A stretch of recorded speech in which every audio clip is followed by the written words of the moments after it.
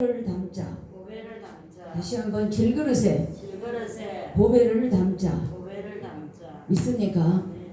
그래서 하나님께서는 오늘 저에게 주시는 말씀이 어떻게 하면 우리들이 이번 이 난국을 어떻게 말씀으로 우리가 하나님께 보답하고 우리 성도들에게 어떤 힘을 줄까 하나가 질그릇에 보배를 담자 했습니다. 그래서 여기를 따지자면 질그릇은 누구냐? 우리 성도들.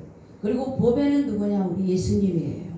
그러므로 오늘 4장 1절에 보니까 그러므로 우리가 이 직분을 받아 극렬하심을 입은 대로 낙심하지 말자. 왜냐하면 이 3장 내용은 직분에 대해서 말씀했어요. 모세를 통하여 돌판에 새겨진 십계명, 그리고 직분을 어떻게 우리들이 해야 되는가. 또한 모세가 하나님 앞에 기도해서 빛이 나서 영광을 얻을 것처럼 우리들은 다 그 빛 대신 예수로 말미암아 3장 마지막 절에 보니까 그와 같은 형상으로 변화하여 영광에서 영광에 이르러 곧 주의 영으로 말미암아 우리들은 직분을 감당하되 낙심하지 말아라. 우리들에게 직분을 주는 것은 교회에서는 계급이 아니라 하나님께 영광을 돌려드리는 계급이다. 그러므로 4절 1절이 그러므로가 직분에 대해서 우리들은 낙심하지 말아라. 왜? 사람들은 교회에서 계급 사회인 줄 알고 봉사하다가 시험에 들고 그러거든요. 그러므로 영광에서 영광에 이르는 직분을 잘 감당하는 포도나무교회 성도들 되기를 예수님으로 축복합니다. 하나님께서는 우리들에게 그랬어요. 하나님은 우리를 택하시고 그 풍성한 열매로 맺기를 원하고 또 영광 돌리기를 원하신 줄로 믿습니다. 그러므로 우리들은 깨지기 쉬운 질그릇이에요. 세상에서 살다 보고 세상 모든 풍파에 시들리다 보면 넘어지고 깨지고 그럴 때 우리들은 다시 한번 예수 그리스도를 바라보며 회복하여 영광의 영광으로 이르기를 예수님으로 축복합니다. 질그릇 하면 여러분 뭐 생각나세요? 옹기장이. 뭐라고 할까? 도자기나 또 항아리 굽는 그분들을 보면 우리가 육안으로 볼 때는 그 도자기나 모든 항아리가 예쁘게 됐는데 그걸 깨트리더라고요. 그래서 왜 깨트린가 했더니 그분 우리들이 보는 눈하고 그 전문가들의 보는 눈하고 다르거든요. 조금이라도 흠이 있고 그러면 깨트리더라고요. 근데 우리들은 그걸 보면 어머 너무 아깝다. 그렇지만 완전한 옹기장이 도자기가 될 때까지는 흠이 없도록 불을 몇 도로 7,000도나 되는 그 가마불에 들어갔다 나와야 옹기장이가 되고 도자기가 된답니다. 그러므로 여러분들 순금 좋아하죠? 순금이 되기까지는 몇 번을 거쳐야 된 줄 아세요? 맞고 또 맞고 연솔금처럼 맞다 보면 90% 순금이 된답니다. 오늘 사도 바울이 질그릇에 보배를 담자. 너희들은 깨지기 쉬운 그릇이다. 그러니 말씀으로 담고 기도로 담고 예배로 담아야 되지 않겠냐. 그래서 그 보배를 질그릇에 담는 복된 성도들이 되기를 다시 한번 축원합니다. 유도 창시자 일본 가오 지고는 모든 거 배우는데 열정도 있고 도전하는 꿈도 있고 목표도 뚜렷하는 가오지구였어요. 그런데 그때 당시 일본에서 그 유술이 소멸되어 있을 때 그 가오지구는 무도장을 찾아 좋은 것만 선택하고 나쁜 것은 배제하고 거기다가 다시가 자기가 접목시켜서 좋은 기술을 첨가하여 정신수양, 육체 단련을 목적으로 해서 완성시켰답니다. 그래서 일본 경찰의 기본 무술이 되고 동양 기술로는 국제올림픽에 대하여 정식 종목으로 우뚝 세워나가는 가오지오 유도 창시자는 가장 좋은 그분이 여기서 우리가 질그릇에 보배를 담자 이 가오지고는 유도라는 그 기술을 자기 마음에 도전하는 마음으로 끝까지 노력하고 그 보배를 담아 올림픽 정식 종목에까지 과정까지 가는 그러한 열정을 품은 줄로 믿습니다. 예수님은 우리 요한복음 15장 5절에 보니까 너희들은 나를 떠나서는 아무것도 할 수 없느니라. 왜 그럴까요? 질그릇이기 때문에 하나님 우리를 선택하사 말씀으로 담고 기도로 담고 또한 성령으로 담아 보배를 담아 오로지 하나님 앞에 영광을 돌리는 그런 직분자가 되어라.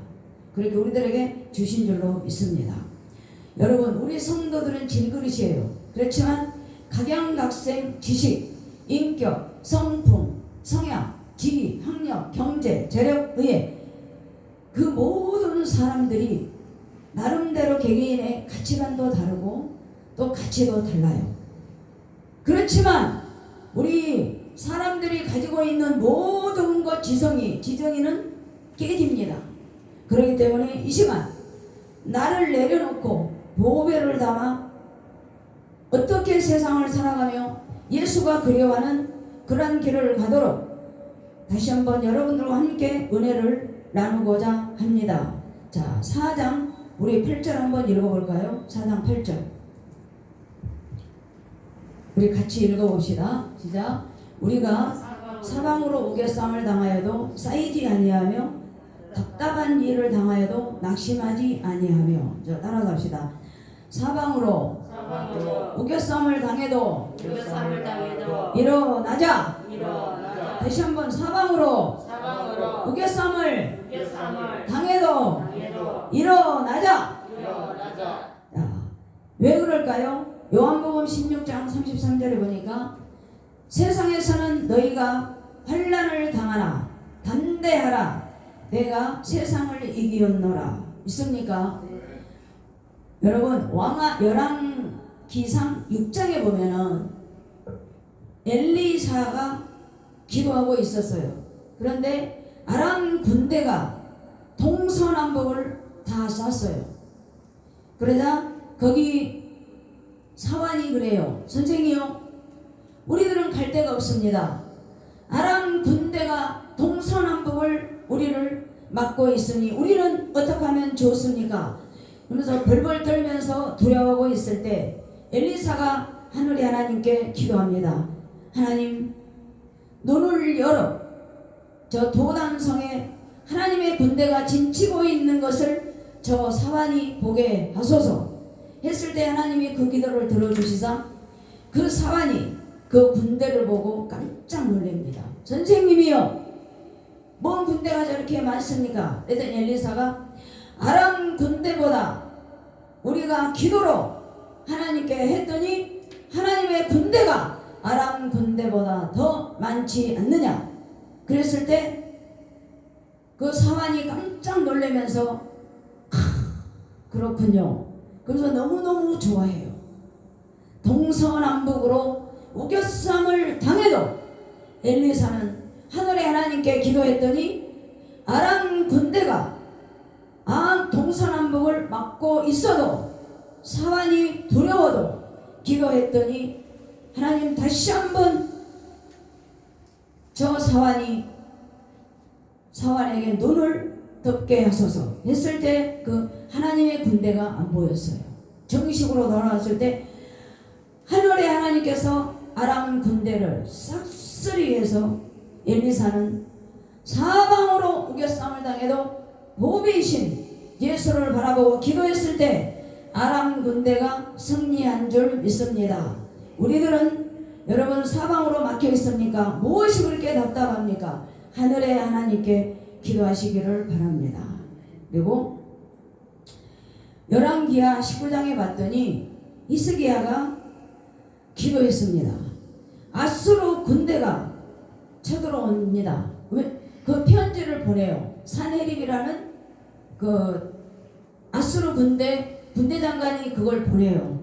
그랬더니 그 편지 내용이 뭐라고 할까? 아무것도 이길 힘이 없었어요. 근데 히스기야는 그 편지 내용을 가지고 성전에 갑니다. 하늘의 하나님, 저는 아무것도 못합니다. 그러나 주여, 이 편지 내용대로 주님 앞에 고백하오니 주여, 하나님의 보배이신 그 뜻으로 이 야스로 군대를 보내주소서. 편지 내용대로 그대로 기도했어요. 하나님, 이 군대를 막아주소서. 그런 기도하는 것이 아니라 보배이신 하나님을 가슴에 안고 기도했을 때 여러분 어떻게 된 줄 아세요? 18만 5천 명이 11기하 19장이거든요. 송장이 되었더라. 놀라지 않으시네. 왜 사도 바울이 너희들 사방으로 우겨쌈을 당해도 쌓이지 말아라. 답답한 일이 있어도 낙심하지 말아라. 갈라디아 6장 9절에 봤더니 바울이 그래요. 너희들 하나님의 일을 하다가 낙심하지 말아라. 때가 되면 하나님이 이루시리라. 우리들이 신앙생활하면서 사방에서 우리가 우겨쌈을 당하고 핍박을 당하면 쉽게 무너지고 쉽게 포기할 때가 너무나도 많아요. 그렇지만 보배이신 예수를 안고 기도하시면 하나님이 새 힘을 주실 줄 믿습니다. 자, 따라갑시다. 사방으로 우겨쌈을 당해도 예수로 승리하자. 믿습니까? 할렐루야. 그럼 여러분 엘리에사처럼 히스기야처럼 그 마음에 편지 내용이 아무리 윽박질러도 기도하잖아요. 하늘의 하나님, 나를 버리는 거예요. 나를 버리오니 주님께서 하시옵소서. 그랬더니 아람 군대가 싹쓸이 자기들끼리 싸워서 자기들끼리 죽어요.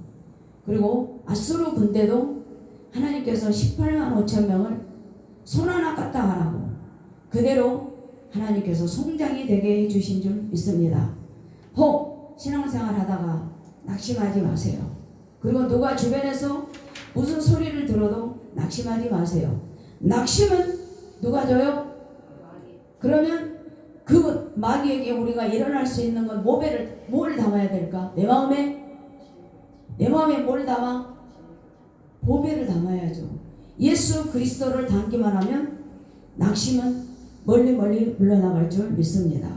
자, 우리 7절 한번 읽어볼까요? 4장 7절 시작. 우리가 이 보배를 질그릇에 가졌으니 이는 심히 큰 능력은 하나님께 있고 우리에게 있지. 따라갑시다. 질그릇에 보배를 담으면 일어난다. 믿습니까? 베드로전서 2장 9절을 보니까 하나님께서 우리를 택하사 보배 같은 왕 같은 제사장을 우리에게 주어지신 줄로 믿습니다. 이사야 33장 6절에 봤더니 여호와를 경외하는 것이 보배다. 그러므로 여러분 보배를 담으면 하나님께서 우리들에게 큰 힘을 주실 줄 믿습니다. 이사야 40장 31절에 보니까 우리 주보 한번 가볼까요? 아까 우리가 성시교독 했잖아요. 그래서 따라서 합시다. 거기가 어디냐면 자, 피곤하지 않으시며 거기부터 읽어봅시다. 시작. 피곤하지 않으시며 곤비하지 않으시며 영철이 한이 없으시며 피곤한 자에게는 능력을 주시며 무능한 자에게는 힘을 더하시나니 소년이라도 피곤하며 곤비하며 장정이라도 넘어지며 쓰러지되 오직 여호와를 앙망하는 자는 새 힘을 얻으리니 독수리가 날개 올라간 같을 것이요. 다같이 시작. 다른 박질하여도 곤비하지 아니하겠고 걸어가도 피곤하지 아니하리로다. 질그릇에 보배만 담으면 하나님이 이런 힘을 주실 줄 믿습니다. 비록 우리가 피곤할지라도 하나님이 영적인 힘을 공급하면 피곤은 멀리 물러나갈 줄로 믿습니다.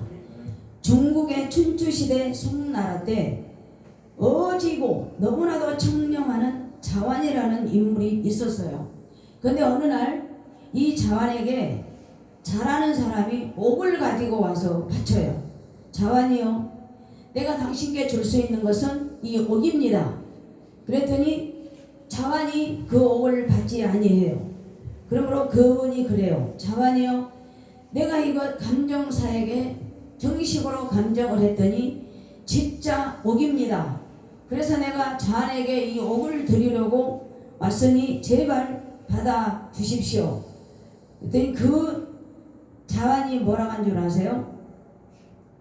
그대여, 나는 탐내지 아니한 것을 보배로 삼습니다. 그대는 옥을 보배로 삼고 있네. 만일 그대가 나에게 옥을 주면 우리 모두는 보배를 잃게 되네. 여기서 우리가 배울 점은 뭘까요? 이 자완은 청렴 결백하기로 소문난 정치인이에요. 그런데 옥을 가지고 왔더니 옥을 돌같이 보잖아요. 그러면서 그분한테 그러잖아요. 나는 가장 그 옥을 나는 안 받는 것은 내 마음에 있는 가장 탐내지 욕심, 그 탐내지 않은 보배를 나는 삼고 있네. 우리가 그 옥을 다 받으면 우리에게 가장 보배로운 것을 우리가 잃게 되네.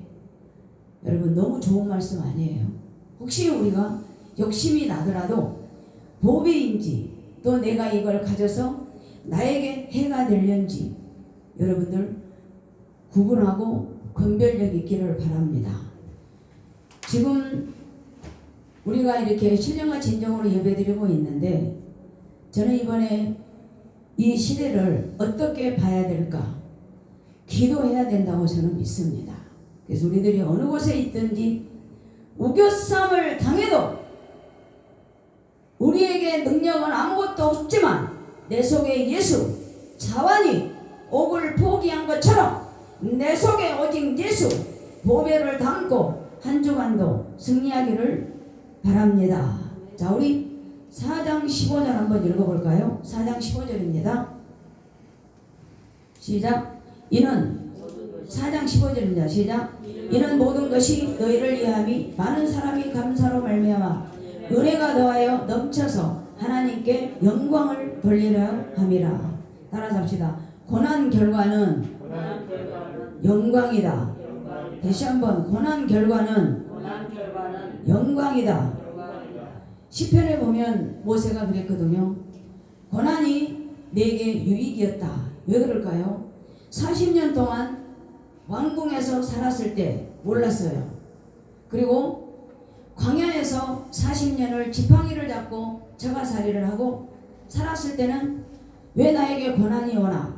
그런 40년, 80년 동안 살면서 고난이라는 걸 전혀 몰랐어요. 근데 80세에 지팡이 하나로 주님의 능력을 받고 이스라엘 백성들과 40년 동안 광야를 거치면서 고난과 핍박 속에서도 내게는 그때는 유익이었다. 내가 40년, 80년 동안은 고난이 무엇인지도 몰랐지만 마지막 40년 동안 광야에 살며 하나님의 지팡이로 이스라엘 백성들과 그때마다 지날 때 나에게는 고난이 유익이었다. 그렇게 모세는 고백한 줄로 믿습니다. 시편에 요셉도 그랬습니다. 내가 광야로, 집으로, 또 이집트 총리로 있을 때 그때는 몰랐다. 그러나 고난을 통하여 예수, 보배를 담고 보니 하나님의 뜻이었고 나의 가는 길은 정금같이 되었노라. 욥기가 그러잖아요. 하나님이 나를 단련하신 후에는 정금같이 있으리라, 순금같이 있으리라. 우겨쌈을 당해도 낙심하지 말고 내 마음에 나를 버리고 보배를 담아 하나님 앞에 영광 돌리기를 예수 그리스도 이름으로 축복합니다. 어떤 성도가 이런 간증을 했더라고요. 운전에다가 그런 간증을 약간 했더라고요. 자기는 예수를 믿으면서 예수님을 트렁크에 모시고 다녔답니다. 그럴 때는 보배인지 몰랐답니다. 그리고 조금 고난이 오니까 예수님을 뒷좌석으로 모셨어요.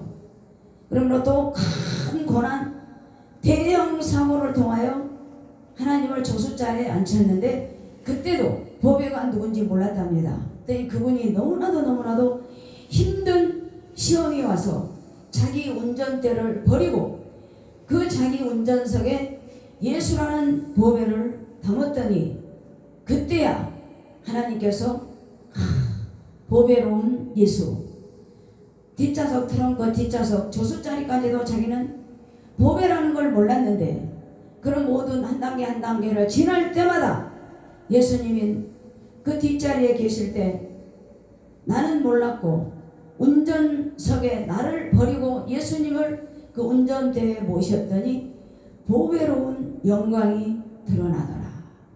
그런 예화가 운전을 통하여 그런 간증이 있어서 나는 참 너무나도 감동받았습니다. 고린도후서 12장 10절을 보니까 사도 바울도 1차 선교여행, 2차 선교여행, 3차 선교여행을 다닐 때도 자기는 고난이 뭔지도 몰랐어요. 그러므로 그런 모든 시행착오와 갈 때마다 하나님의 영광을 드러냈던 그 모든 것이 약한 것이 보배더라. 그러므로 나의 약함을 하나님께 맡겼더니 강함이 되더라. 여러분 오늘 말씀을 통하여 질그릇에 보배를 담자 그랬을 때 나를 버리시기를 바랍니다. 저도 많이 깨달았어요. 주님, 제가 앞으로는 더더욱 나를 버리고 보배로운 예수로 더더욱 순종하며 주님의 길을 가겠습니다. 여러분 더욱더 보배로운 예수를 닮아가는 여러분들이 되시기를 바랍니다. 고린도전서 10장 31절에 보니까 고난을 통하여 그 질그릇을 보배를 담았고 바울의 고백입니다. 약함을 통하여 강함이 드러나더라. 그런즉 너희가 먹든지 마시든지 무엇을 하든지 다 하나님의 영광을 위하여 하라. 그건 뭘까요? 보배예요. 복된 성도 여러분, 세상이 침울한다고 해서 여러분까지 침울하지 마시고 유도 창시자 열심을 품고 세계 올림픽 종목에 보배를 담았던 것처럼 중국의 춘추시대 때 청년 결백했던 자완이 옥을 버리고 내 마음의 보배로 살아가듯 복된 성도 여러분, 사방으로 우겨싸움을 당해도 보배를 닮아가기를 바라고 또한 아무리 핍박이 와도 보배로우신 예수님을 닮아가 고난이 내게 좀 오더라도 주님, 이 고난을 통하여 하나님 영광이 되게 하여 주소서. 예수님을 트렁크 뒷자리 조수석에 모시지 말고 항상 내 앞에 모시면서 한 주간의 삶도 무엇을 하든 어느 곳에 있든 기도하며 영광으로 하나님 앞에 축복의 한 주간이 되기를 예수 그리스도로 축복합니다. 할렐루야. 잠깐 기도하겠습니다. 보배로우신 하나님,